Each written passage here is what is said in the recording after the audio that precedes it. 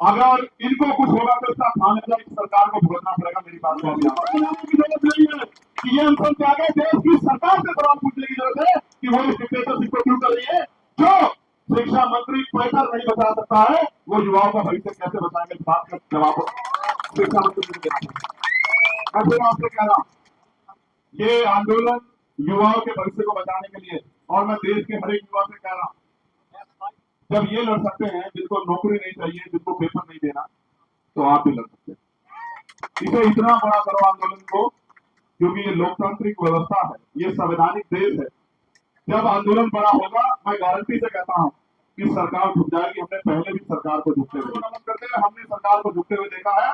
ये तो एक केंद्रीय मंत्री के पद से इस्तीफे की बात है, ऐसे कितने ही मंत्रियों को लगातार इस्तीफे देने पड़ेंगे जब जनता खिलाफ हो जाती है। सरकार अगर 3 किलोमीटर की बात नहीं सुन रही है, तो क्या 300 किलोमीटर की बात सुन सकती है?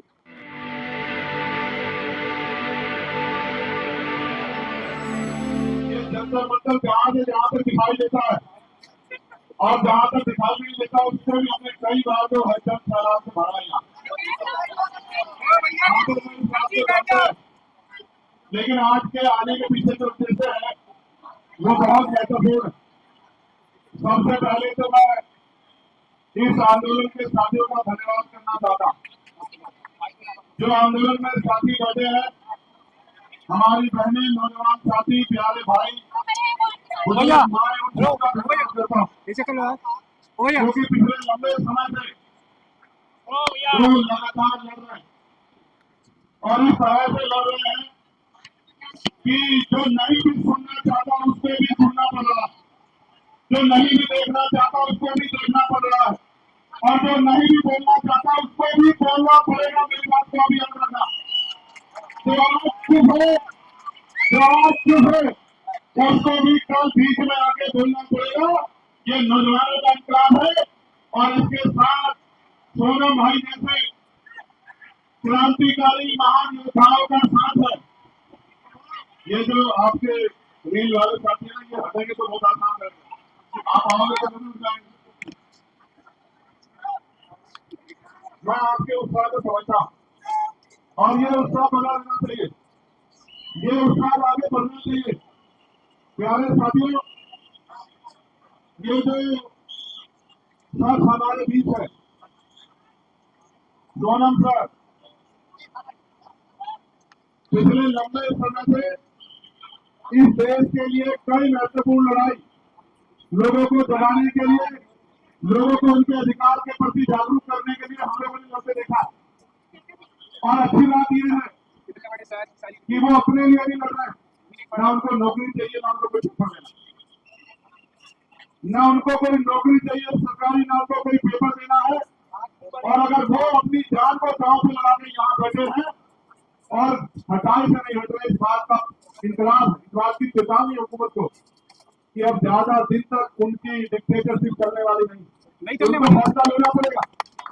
मैं तो देख रहा था जहां लोग अपनी लड़ाई नहीं लड़ते, जहां लोग अपनी समस्याओं में नहीं खड़े थे, मुझे सहयोग से ये भी कहना पड़ेगा कि देश के नौजवानों को अपने बारे में सोचना चाहिए, सोचना चाहिए अपने बारे में। आज वो इसलिए घर से बड़े पैमाने पर नहीं निकल पा रहे हैं क्योंकि घर के लोगों को लगता है कि अगर वो जाएंगे तो किसी मुसीबत का सामना करना पड़ सकता। अगर आप अपनी लड़ाई अपने आप नहीं लड़ोगे तो आपकी लड़ाई कौन लड़ेगा।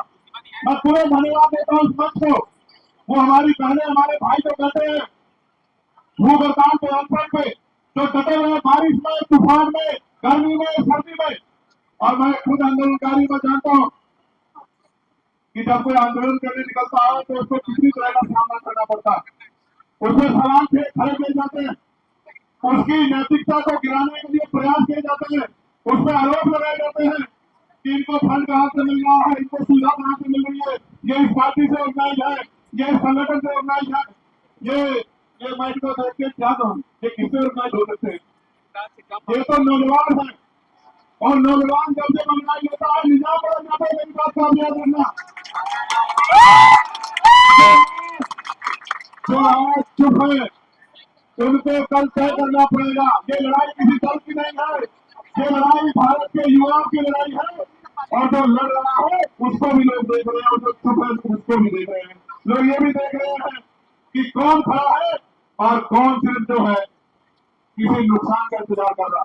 ये बड़े बड़े इंपोर्टेंट लोग आज मैं इस मंच पर देख रहा हूं। प्यारे साथियों, मैं तो खुद एनएसए में रहा, 16 महीने के लिए जेल में और निर्दोष होते हुए रहा।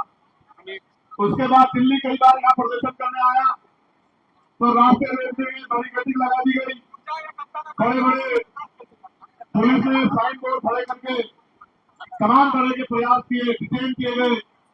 लेकिन जब कोई क्रांतिकारी किसी मकसद के लिए निकलता है, किसी दल के लिए, किसी लड़ाई के लिए निकलता है, किसी संघर्ष के लिए निकलता है, ये छोटी मोटी दीवारें को रोक नहीं सकती। तो कई बार संघर्ष करने के बाद और जब इससे भी काम नहीं चला तो गोली भी खानी पड़ी। लेकिन मैं जिम्मेदारी से कह सकता हूँ, ये मुल्क हमारा, ये देश हमारा, हम इस देश के नाम रखें। इस देश के हर एक नौजवान की जिम्मेदारी, हमने लोकसभा में शपथ ली है संविधान की कि हम अंतिम व्यक्ति के अधिकारों की लड़ाई करेंगे। मेरी और सबकी जिम्मेदारी बनती है। आप महसूस करके देखो, देश की हर मां चाहती है कि चंद्रशेखर आजाद और भगत सिंह पैदा हो, लेकिन हो विरोधी के हाथ उनको स्वागत देनी। और मैं फिर कह रहा हूं, ये देश आंदोलन से बना है, ये देश आंदोलन से आगे बढ़ा है। इस देश में आंदोलन से अंग्रेजों के काम उठा दिए थे और ऐसे ऐसे आंदोलन जो अंग्रेजों की भाषा बोलेगा, जो अंग्रेजों के रास्ते पे चलेगा, जो अंग्रेजों को अपना आदत मारेगा, उन सबके पैर भी ऐसे ऐसे आंदोलन उखाड़ देंगे जो आज तानेशाही कर देंगे। क्यों नहीं? ये मैं जानना चाहता हूं कि धर्मेंद्र प्रधान जी को क्यों नहीं जा रही आवाज, प्रधानमंत्री जी को क्यों नहीं जा रही आवाज, गृह मंत्री जी को क्यों नहीं जा रही आवाज, और वो सरकार किसका इंतजार कर रही है कि ये शख्स इस मंच पर बैठा ये शख्स जो है, जो एक वैज्ञानिक है, जो एक पर्यावरण का मित्र है, जो देश की धरोहर है, वो मर जाए, देश की बात का इंतजार करिए कि कुछ कौन सारे लोग पत्थर फेंकते हैं, डंडा चला दे या कोई भीड़ आगे आंदोलन में हिंसा कर दे, आंदोलन बर्बाद हो जाए। मैं अपने साथियों को बहुत सचेत होकर चलाने की आवश्यकता है। अब तक जैसे आपने चलाया, आपकी बहादुरी को हम लोग सलाम करते हैं। अब तक जैसे आपने चलाया, आपकी बहादुरी को सलाम करता हूं। और मैंने देखा इस तरफाल के लिए पैर पकड़ने पड़े भाई, इस तरफाल के लिए पैर पकड़ने पड़े यहाँ रुकने के लिए। लास्ट बार पहलवान बेटियों का आंदोलन हुआ था, मेरे आज भी याद है, जब आंदोलन लंबा चला। उसके बाद ये दूसरा आंदोलन, और कहा गया मुझसे भी कल उन्होंने कहा कि टीम ने कि भैया 20 तारीख को पूछ करेंगे हम लोग। 20 को करोगे?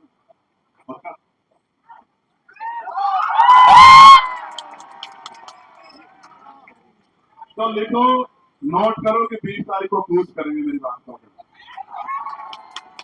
मैं 20 तारीख को जाता, मेरा भरोसा करो, मैं 20 तारीख को जाता। मैंने किसी को कहा भी नहीं आने के लिए, आप जानते हो, मैंने किसी से नहीं कहा कि आ जाओ।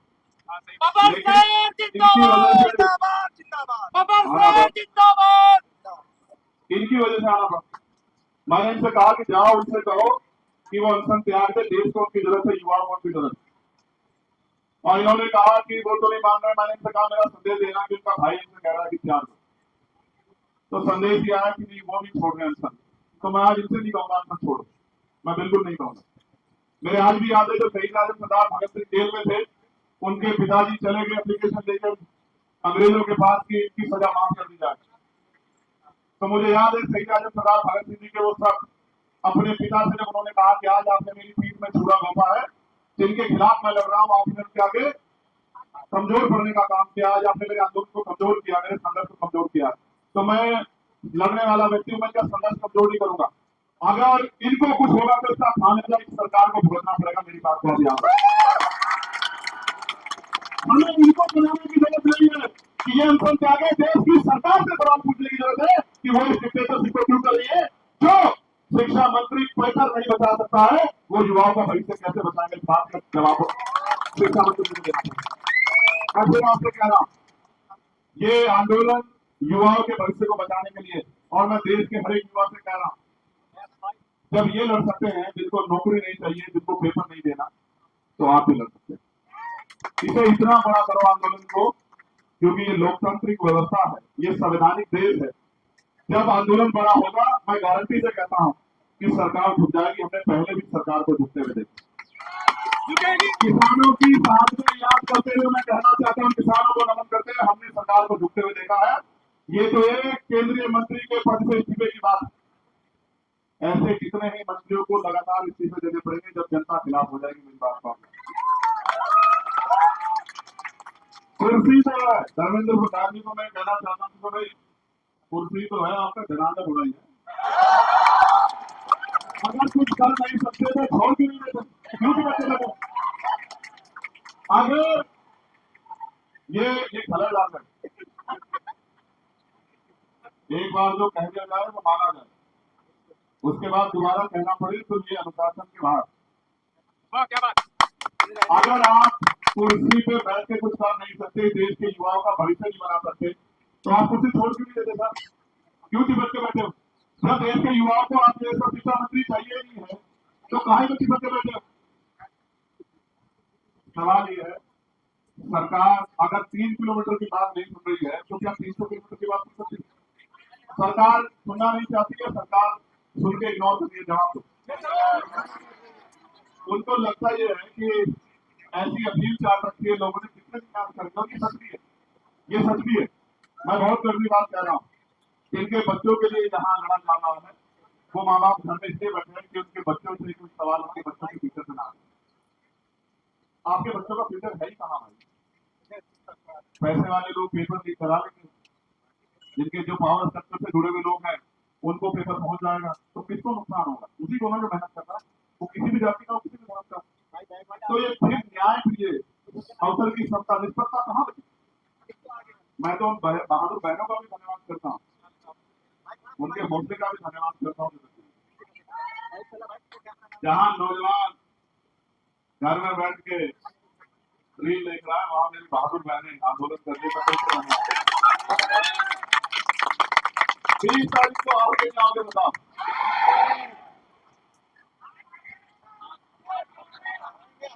देखो एक चीज जाना, मैं इस आंदोलन पे कोई सवाल ना खड़ा हूँ, मेरी नैतिकता ये कहती इसी वजह से इस आंदोलन पे जब मैं वहां आया तो अपनी पार्टी आंदोलन का सवाल किसी भी नहीं खड़े होने, हर एक जिम्मेदारी बैठी हो किसी पार्टी का। वो जब यहाँ आ गए इस आंदोलन में तो वो छोड़ आए, वो इसलिए आए क्योंकि उनसे पहले लोग लड़े, जो काम हमें करना चाहिए था वो काम ये ठीक था।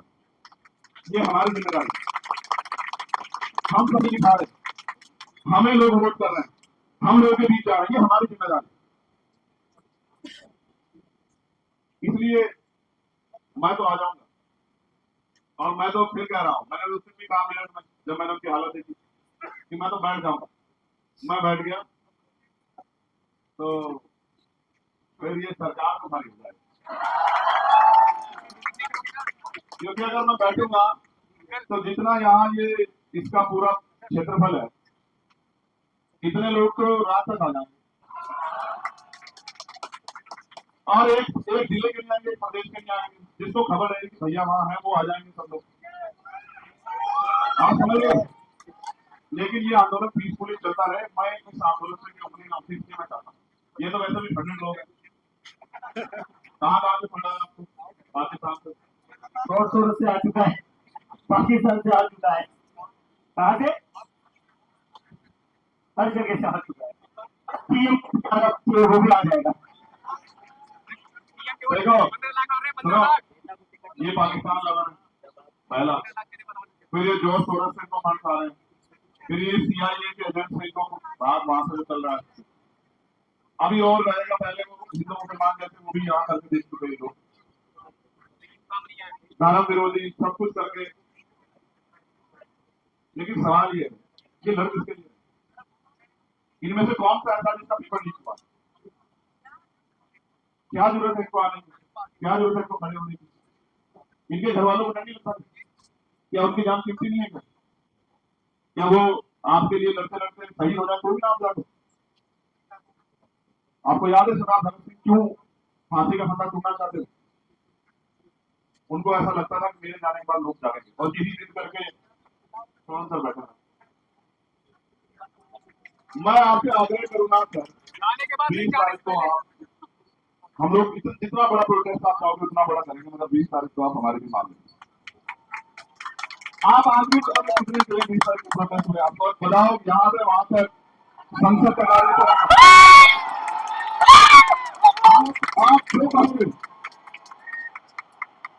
आप कहोगे कि यहाँ से संसद तक आदमी देखने को मैं वचन देख कहता हूँ, सुनो भाई, मैं कोई बात हवा में नहीं कहता। पहली बात, अगर मैं कह रहा हूँ यहाँ खड़े होकर एडवोकेट चंद्रशेखर आजाद कि यहाँ से संसद तक आदमी आदमी होगा, तो आदमी आदमी होगा। मेरी बात समझ। और सुनो, महापुरुषों की तस्वीरों के अलावा झंडा भी कोई नहीं होगा, क्योंकि इस आंदोलन के साथ खड़े हैं। इस आंदोलन से कोई राजनीतिक लाभ नहीं चाहिए। मेरी बात को आप याद रखें। उस काम को हम लोग करते हैं। कर दो, आप बताओ सर। आपका आपका करेक्शन बहुत जरूरी है। 20 तारीख को आप हमारी मान लोगे ना, 20 तारीख को जो आप कहते हो हम करेंगे। आप बताओ, आप हमारी मान देश को जरूरत है।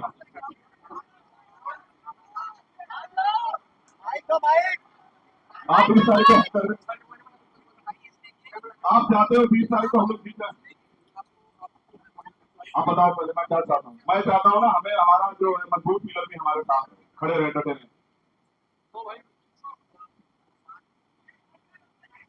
फिर हम विजय भैया का डांस भी देखेंगे आप 20 तारीख के साथ।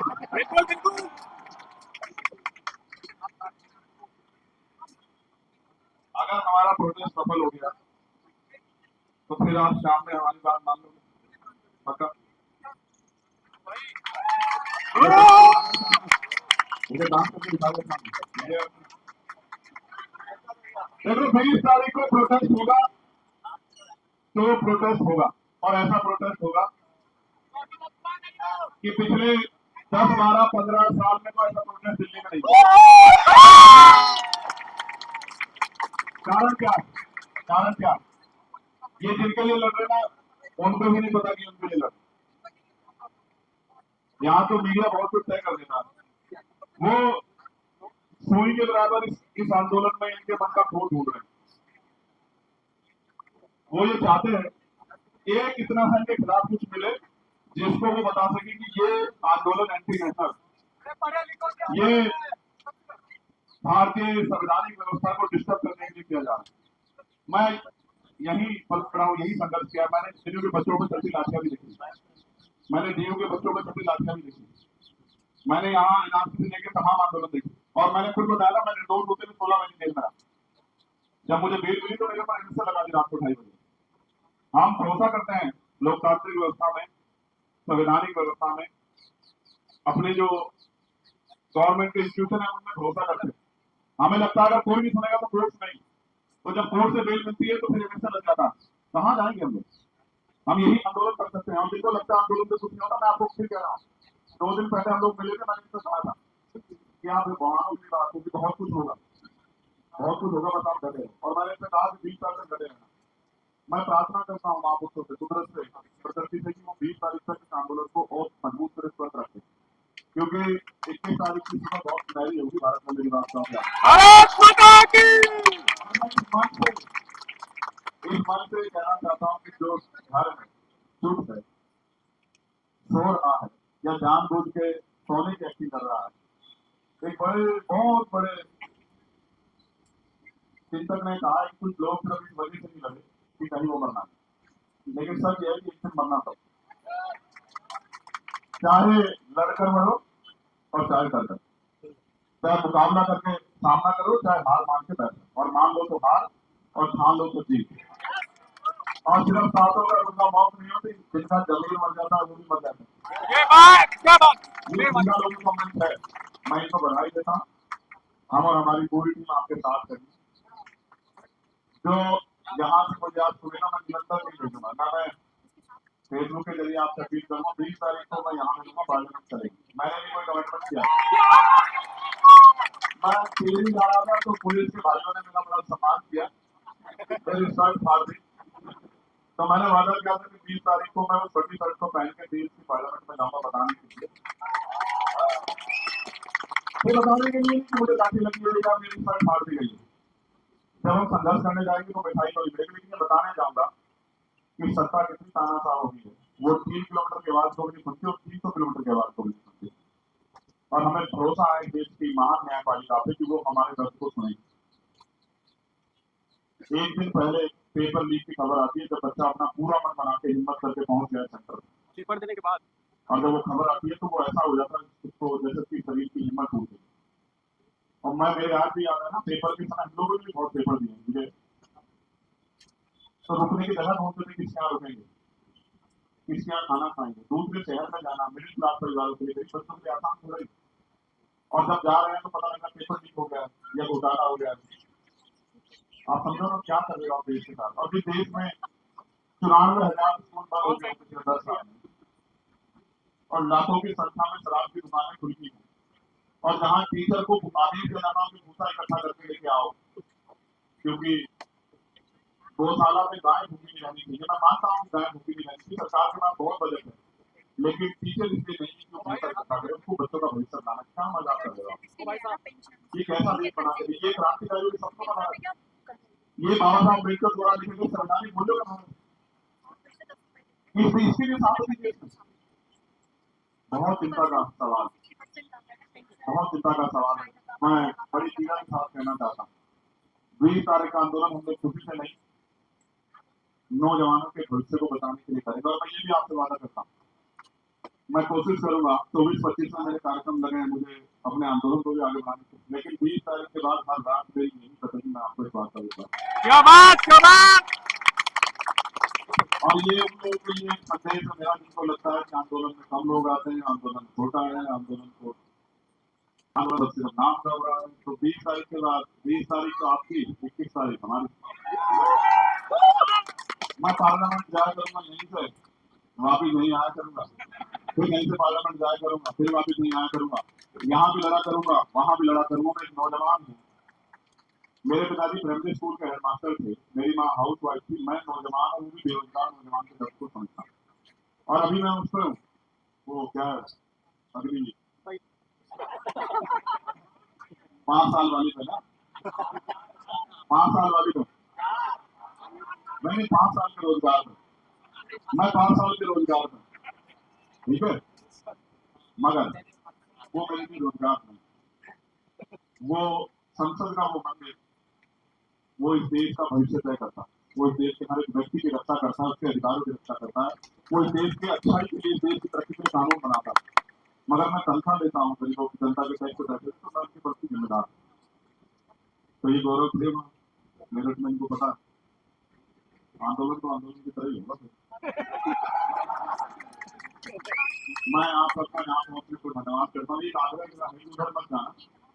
मैं उन बच्चों से जरूर मिलूंगा जो यहाँ बैठे हैं। कोई ऐसा आंदोलन में कोई ज्यादा संघर्ष करता है, कोई कम करता है, लेकिन सहयोग सबका। जो यहाँ 1 दिन आया, 1 मिनट आया, 1 घंटे आया, 10 घंटे आया, उस सबका सहयोग है।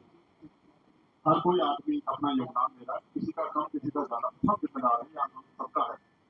बस इनको बधाई जिन्होंने शुरू किया है, क्योंकि यहाँ आके 5 बजे तो बहुत सारे लोग जाते हैं, लेकिन आपने एक लाइन और खींची है, मेरी बात को बहुत लोग याद रखेंगे। ये आंदोलन को अपनी कीमत वसूल के, कीमत का मतलब जो तय किया है, जो लक्ष्य तय किया, उनको लेके उठेगा। लेकिन इस आंदोलन के बाद इस देश में बहुत आंदोलन होंगे, ना जंतर मंतर सुना मिलेगा मेरी बात को, चाहे वो कर्मचारियों के हों, नौजवानों के हों, किसानों के हों, क्योंकि आदिवासियों के हों, दलितों के हों, पिछड़ों के हों, देश के किसी व्यक्ति के हों, महिलाओं के, जंतर मंतर सुना नहीं रहेगा। क्योंकि आपने लाइन खींची है 5 बजे की लाइन, तो आपने क्रॉस किया है। जब आपने क्रॉस कर दिया तो बहुत लोग के रास्ते खोले। मैं आपका धन्यवाद करता हूँ। कोई और बात कुणाल के लिए कुछ कहना, किसी को रोज करना, अहमदाबाद जाओगे,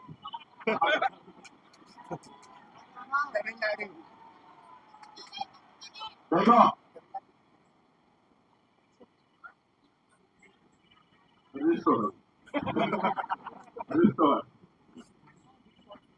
नहीं, कोई ऐसी दिक्कत नहीं है। इतने लोग बैठे,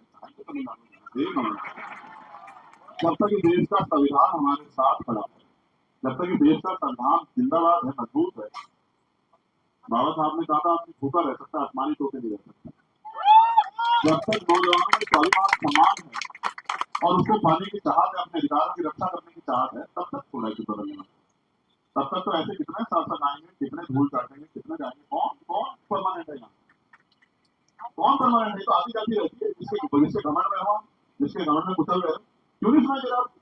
17 दिन में नहीं सुनाई दिया। मुझे तो ऐसा लगता है हुकूमत इंतजार हो रही है कि इनको कुछ हो जाए, क्योंकि देश के लोग 2-3 दिन जागेंगे, उसके बाद फिर सो जाएंगे और बाकी काम जो है हमारा महान मीडिया कर देगा। मैं तो समझता हूँ सरकार के आधार पर, क्योंकि मैंने तो अपनी आंखों में देखा किसानों के आंदोलन को 13 महीने सड़कों पे, उन पर चलती हुई लाठी, उनका बहता हुआ खून की सारे तो मैंने अपनी आंखों से देखी। बस एक शब्द नहीं कह पाए देश के प्रधानमंत्री के लिए। बस आरोप तो लगाते थे कि खालिस्तानी है, फंड आ रहा है, अमेरिका से आ रहा है। ये आरोपों के बाद की सच्चाई होती है आपके पास कि हमने जांच की। मैं हाथरस गया था, 100 करोड़ की फंडिंग की चंद्रशेखर आजाद को इस आंदोलन करने के लिए। मैंने कहा 1 रुपए की साबित कर दो, जीवन में कभी सड़क में नहीं दिखाई दूंगा। और नहीं साबित कर पाओ तो माफी मांगना मुख्यमंत्री जी। कुछ भी इतने निष्ठुर लोगों ने आरोप लगाया, उसके बाद कुछ भी फिर सुबह शाम को। इसलिए आपसे कह रहा हूँ, इस आंदोलन पे भरोसा करो, इस आंदोलन को ताकत दो, आके जुटो, काम से आओ फिर आओ, लेकिन इस आंदोलन में हिम्मत दो कि जो लोग लड़ रहे हैं उनकी हिम्मत करना। मैं आप सबका बहुत बहुत धन्यवाद करता हूँ। मेरी बहुत सारी मंगल कामनाएं आंदोलन का कामयाब हो। जय भीम, जय भारत, जय संविधान, सबके लिए बहुत बहुत